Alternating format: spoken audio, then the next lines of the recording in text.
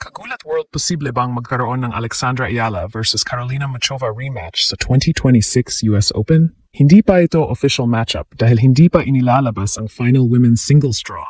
Pero base sa kanilang kasalukuyang ranking positions, isang bagay ang malinaw. Kung mapunta sila sa parehong section, pwedeng magkaroon ng isa sa pinaka-interesting revenge matches para kay Alex ngayong New York Swing. Sa latest WTA ranking data ngayong August 19, nasa world number 20 si Alex, habang nasa world number 7 si Carolina Muchova.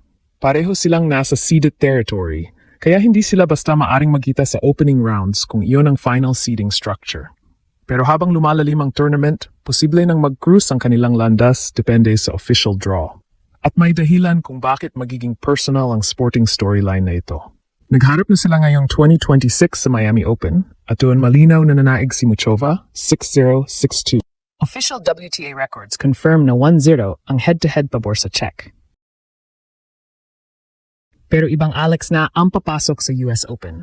Simula noon, umakyat si Alex hanggang world number 20. Nanalo ng kanyang unang WTA Tour singles title sa Washington at tinalo ang mga pangalan tulad ni Jessica Pegula, Naomi Osaka, Elina Svitolina at Leylah Fernandez sa championship run. Kaya kung magkakaroon ng rematch sa New York, hindi na ito simpleng replay ng Miami.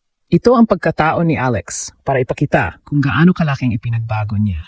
Kung may isang opponent ngayong season na pwedeng gamitin bilang measuring stick para makita kung gaano kalayo na ang narating ni Alex, isa talaga si Carolina Muchova. Noong March 23 sa Miami Open, nagtagpo ang dalawa sa round of 32 at walang duda kung sino ang mas dominanteng player noong araw na iyon.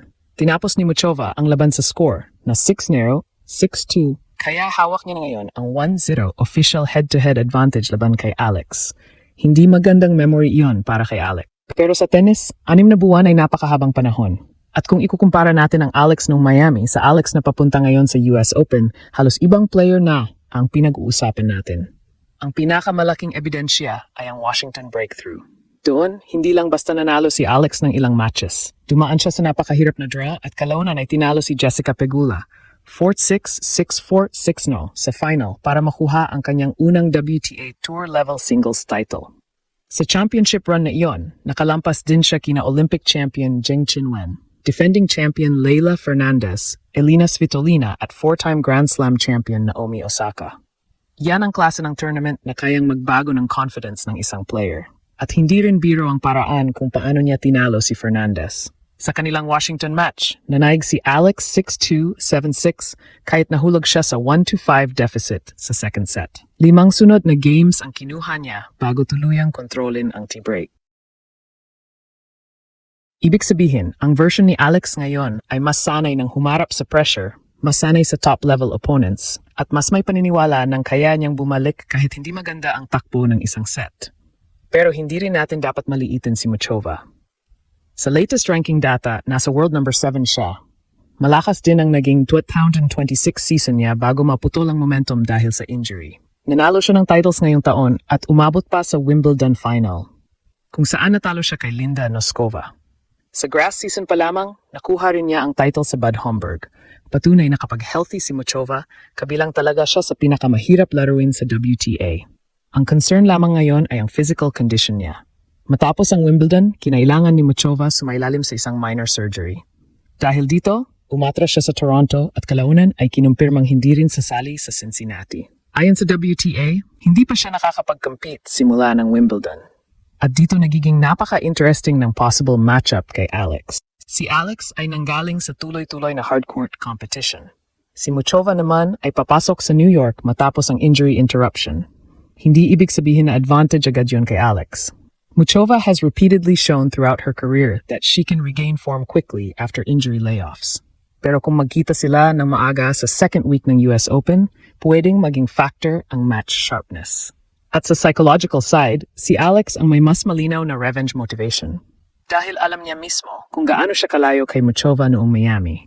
Kung kaya niyang gawing competitive o baligtarin ang rematch sa New York, malaking statement iyon tungkol sa development niya sa loob lamang ng ilang buwan.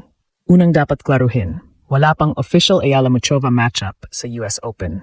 Ang official US Open women's singles entry list na ginawa noong August 17 ay may parehong pangalan ni Muchova at Alex. Sa listahang iyon, si Muchova ay nakalagay sa ranking position number 6. habang si Alex ay nasa number 29 sa oras na ginawa ang report.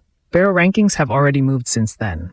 Sa current WTA ranking feed, si Alex ay nasa number 20, habang si Muchova ay nasa number 7. Kaya parehong nasa range sila na inaasahang seeded sa New York. Ano ang epekto nito? Kung pareho silang seeded, hindi sila pwedeng basta pagsabungin sa unang rounds gaya ng dalawang unseeded players. Ang exact potential meeting round ay nakadepende sa kanilang final seed numbers at kung saan sila ilalagay sa bracket. At para kay Alex, magandang bagay iyon.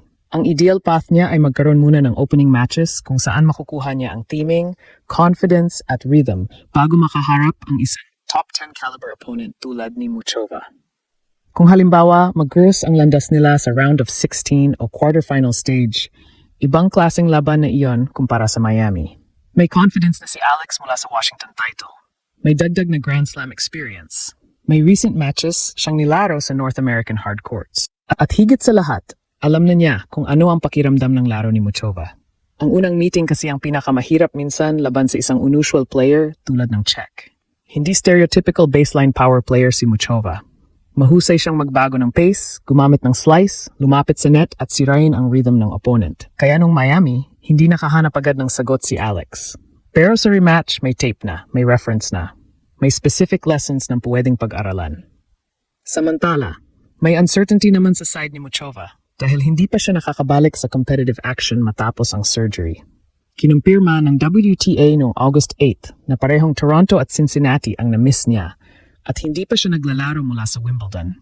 Sa latest WTA Finals race update, binanggit ding ang surgery ang dahilan kung bakit wala siyang nakuhang points sa Toronto at Cincinnati, kahit nananatili siyang isa sa pinakamahusay na performers ng buong season. Ito ang dahilan kung bakit hindi dapat maliitin ang possibility ng upset kung magkita sila. Hindi dahil mahina si Muchova, kabaligtaran. Dahil siya mismo ang klase ng opponent na kapag tinalo ni Alex, automatic na magiging malaking statement iyon. Sa social media side, umiinit na rin ang US Open conversation kay Alex. Philippine sports pages have been highlighting her confirmed main draw entry at ang kanyang New York preparation, kasama ang bagong US Open kit at growing anticipation sa kanyang final Grand Slam campaign of the year. Kaya kung lalabas ang draw at biglang makita sina Alex at Muchova sa parehong quarter, doon talaga magiging interesting. Dahil ang Miami score na 6-0, 6-2 ay hindi na lang magiging painful memory. Magiging motivation yon. At kung kaya ni Alex na baligtarin ang resulta laban sa isang healthy or even returning Carolina Muchova sa US Open, malaking mensahe yon sa buong WTA. Ang Alex na tinalo sa Miami ay hindi na ang parehong Alex na haharap sa kanila sa New York.